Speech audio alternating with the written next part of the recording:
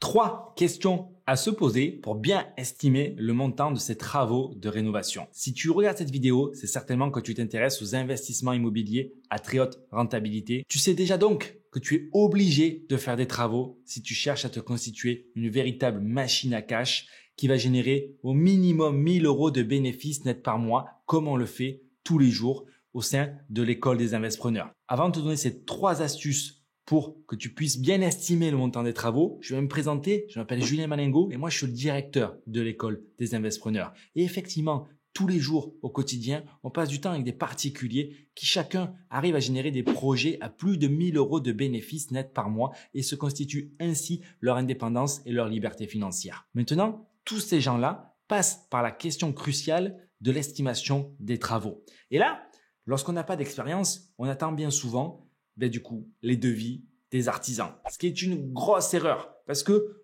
on manque de nombreuses opportunités. On ne peut pas attendre d'avoir les devis qui vont arriver d'ici 2-3 semaines après la visite de l'artisan, pendant que les bonnes affaires partent. Vous voyez une bonne affaire, il faut être capable d'aller sur place, estimer les montants des travaux et bloquer le bien. Sinon, vous allez le perdre. Il nous suffit donc de savoir si nous sommes face à un bien qui a besoin d'être rafraîchi. Rafraîchi dans le jargon, ça veut dire quoi? Ça veut dire qu'il a besoin de peinture, de refaire le sol, refaire la cuisine, refaire la salle de bain. Voilà, un petit peu d'électricité, ni plus ni moins. Si, face aux photos, même avant d'avoir fait la visite, vous êtes face à ce type de bien, vous pouvez compter 400, 500 € du mètre carré. C'est aussi simple que ça. Et ça, vous le voyez sur les photos. Au pire, vous appelez, vous posez les questions.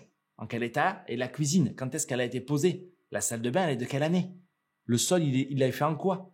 Ok? Et là, vous allez savoir comment vous projeter sur la quantité et la qualité des travaux qui devraient être faits. Deuxième cas, on est au-delà de la peinture, de la cuisine. Il va falloir changer un petit peu plus, mettre des fenêtres, toucher à l'électricité, faire un tableau électrique. Alors là, on est sur des projets plus gros. On est sur de la rénovation. D'accord? De la rénovation qui rapidement va chiffrer aujourd'hui avec le coût des matériaux, à chiffrer aux alentours des 1 000 € du mètre carré.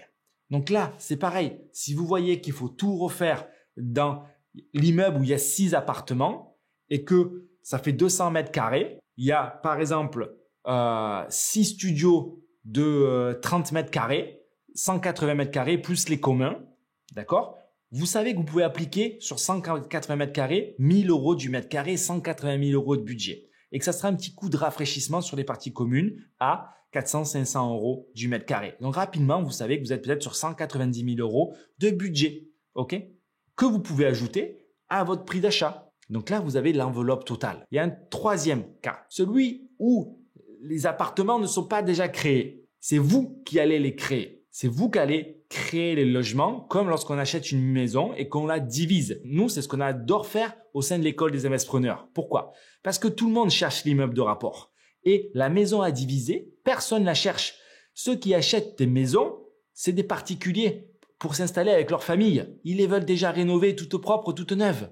Nous, on les veut délabrés, donc il n'y a pas de concurrence. C'est pour ça qu'on adore ce type de projet. Et en plus, on peut être localisé, non pas à la campagne comme les immeubles de rapport, mais en périphérie de villes moyennes, meublées, dynamiques. Là, on peut faire la location courte durée, par exemple. Comme ça, on booste tous les revenus et on crée 1 000 € de bénéfices nets par mois dès le premier jour de location. Ça, c'est possible uniquement en étant accompagné de A à Z pour maximiser le retour sur investissement de chacune des étapes et prendre le minimum de risques. Donc, si vous voulez partir sur ce type de projet, tout ce que vous avez à faire, c'est cliquer sous la description de cette vidéo. Vous avez un petit lien, ça vous amènera sur notre site pour prendre un rendez-vous avec un de nos conseillers qui vous expliquera la meilleure stratégie d'investissement pour vous selon votre situation. C'est totalement gratuit, profitez-en.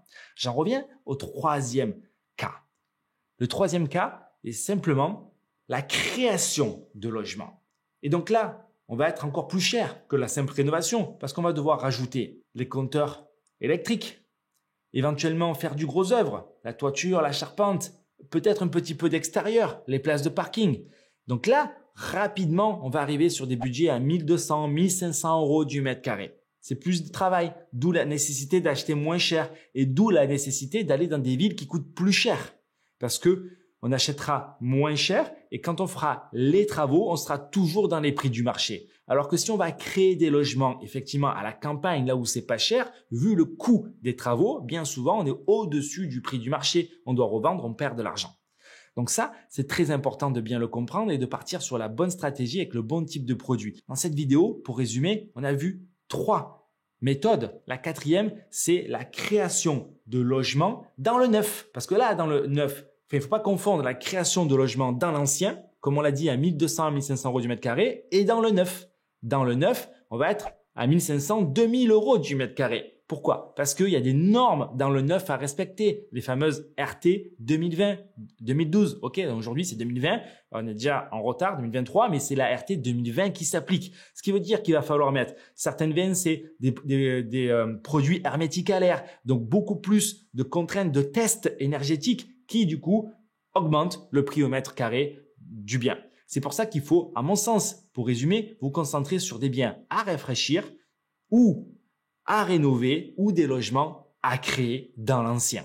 Si vous avez la moindre question par rapport à tout ça, n'hésitez pas à la poser en commentaire. Je vous réponds avec grand plaisir. À bientôt. Ciao, ciao.